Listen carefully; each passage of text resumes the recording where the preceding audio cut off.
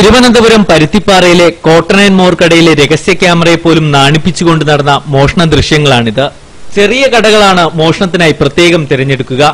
5ഓളം വരുന്ന തമിഴ് സംസാരിക്കുന്ന മാന്യ മഹിളകൾ കടയിലേക്ക് കയറുന്നതോടെ തുണികളും ഇങ്ങനെ അപ്രത്യക്ഷമായി തുടങ്ങും.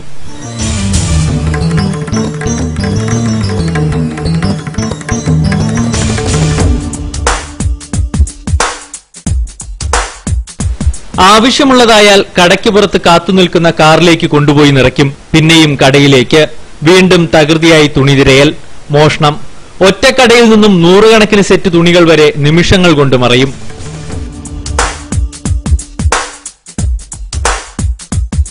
കഴിഞ്ഞ 3 മാസത്തിനിടെ തിരുവനന്തപുരം നഗരത്തിലെ 10ഓളം കടകൾ ഇവർ ഇങ്ങനെ വൃത്തിയാക്കി കഴിഞ്ഞു. പക്ഷേ ഇതുവരെ ആരും പിടിക്കപ്പെട്ടിട്ടില്ല.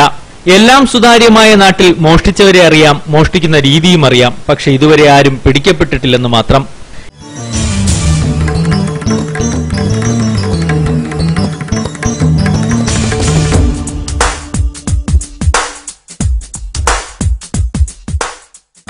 എസ് സന്തോഷ്, ജീവൻ ന്യൂസ്, തിരുവനന്തപുരം.